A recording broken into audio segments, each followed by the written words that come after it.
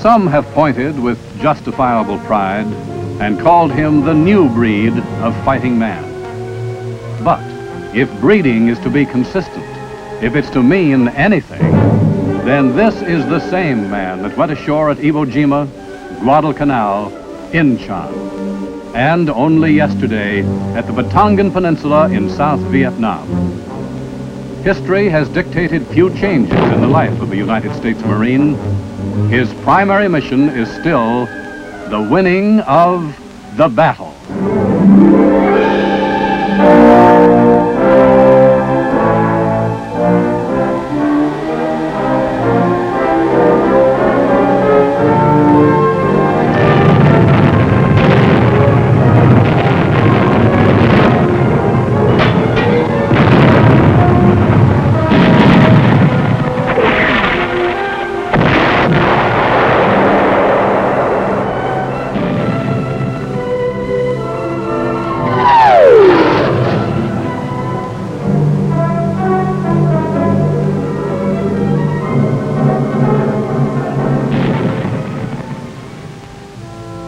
The battle is the culmination of months and years of preparation.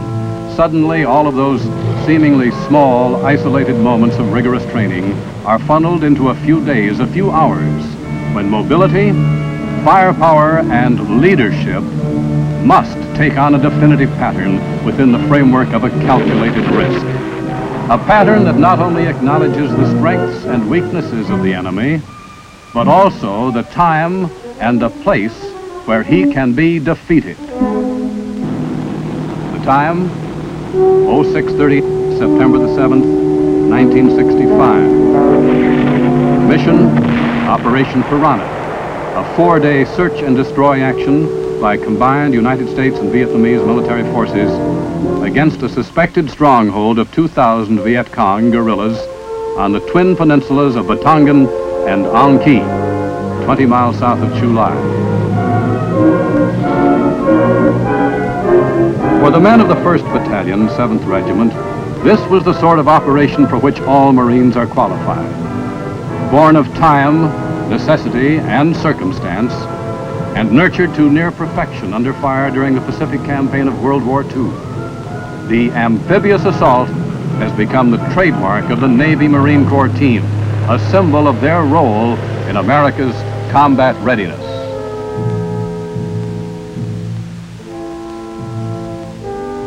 But even before the 1st Battalion had begun to assemble at its debarking stations at sea, the men of the 3rd Battalion, 7th, were forming up into copter-apportioned sticks for loading at a hastily constructed helipad near the outskirts of Chu Lai.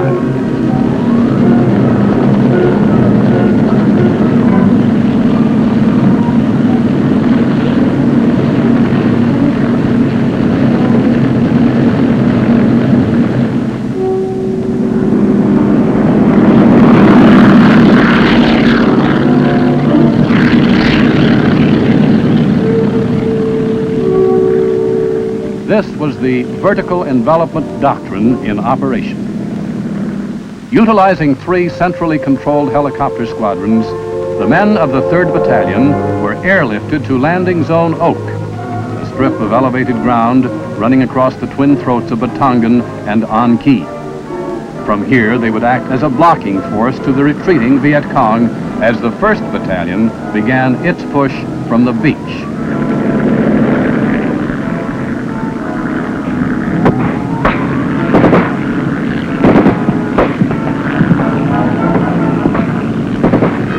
With the completed landing of the first wave of Marines, 16 of the choppers broke away from Landing Zone Oak and sped 10 miles south to the Republic of Vietnam stronghold at Quang Ngai. There they began the helilift of 2 Vietnamese battalions to Landing Zones Pine and Birch, located on the far side of the Song Chao Mae Dong River. By 0945, the vertical envelopment was completed, and the stranglehold across the windpipes of Batongan and An Kee stretched for a full 8 miles.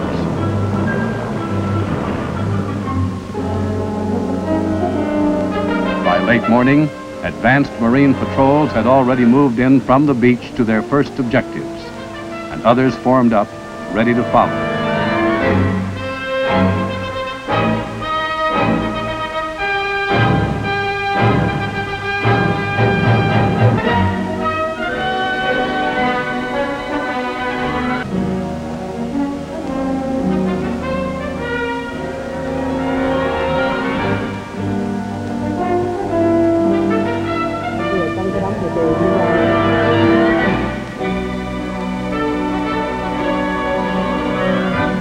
On the outskirts of villages like Chao Mei Wan, civilians were quickly gathered together for safe transportation behind the Marine lines. And as they moved off, the Marines stopped small groups and asked the same question over and over again. Where are the Viet Cong? The answer that came back was always the same. They're gone. They left before you came.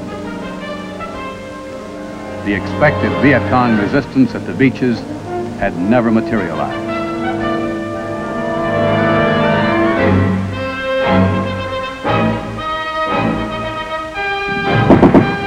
And now, even further inland, only scattered sniper fire broke the calm.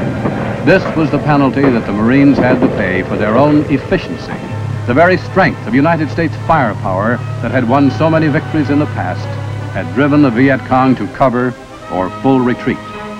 The possibility of any single big contact was going to be harder and harder to come by.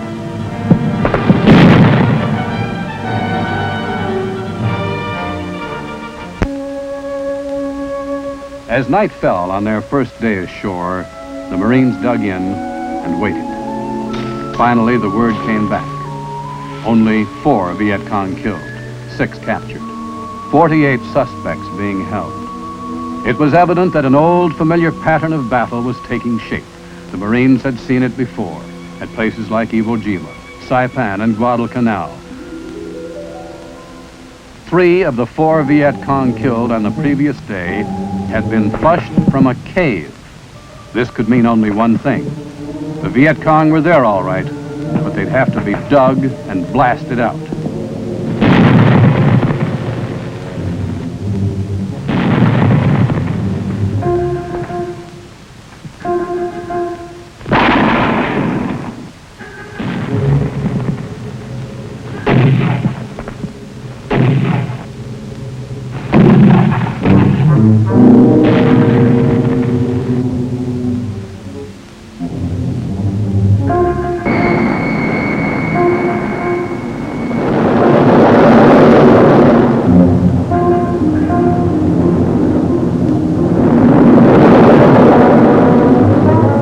One key to the search and destroy operation was the jet hot pad at Chu Lai. Standing on strip alert, Marine attack jets were only minutes away from a platoon leader's radioed call for an airstrike, with almost any lethal combination of weapons he might want or need, from 20mm aircraft cannon and high-velocity rockets or bombs to bullpup missiles.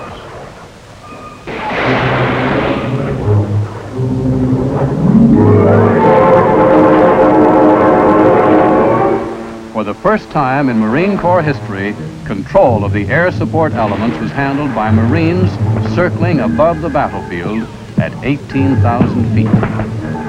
In the past, the DASC, or Direct Air Support Center, during such operations, has been located on a communications ship lying offshore. This time, a KC Hercules was outfitted to do the job. Its crews monitored requests from ground forces and assigned aircraft to requested strike areas.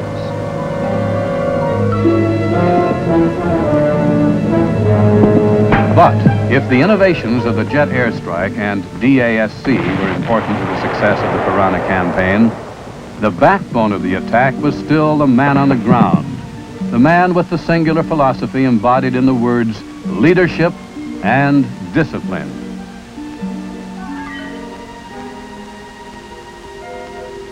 Combat is a test of courage and endurance, a forced inbreeding that teaches the individual to respond to a command under any conditions. It's a disciplined struggle for life, hinging upon the absolute control of those who command and the unswerving loyalty of those who follow.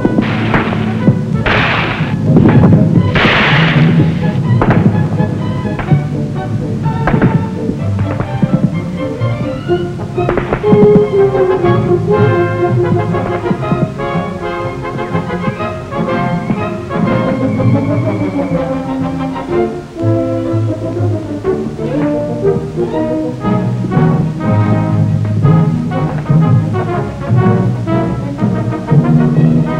the end of the second day, the Marines had confirmed 70 Viet Cong killed, 4 captured.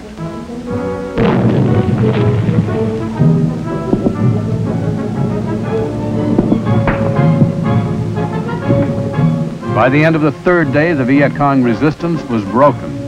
One by one, the caves were opened up and the enemy rotted out.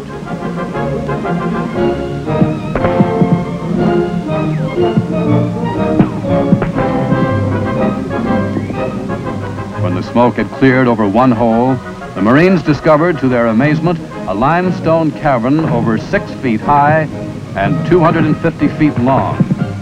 It yielded up the bodies of 66 dead Viet Cong. Up to that time, it was the largest single kill made by the Marines since their arrival in Vietnam.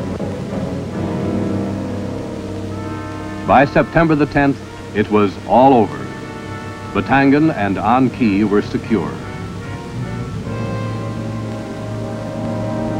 The 4-day total: 198 Viet Cong killed, 38 enemy captured, 265 VC suspects detained. The cost: 1 Marine dead, 8 wounded.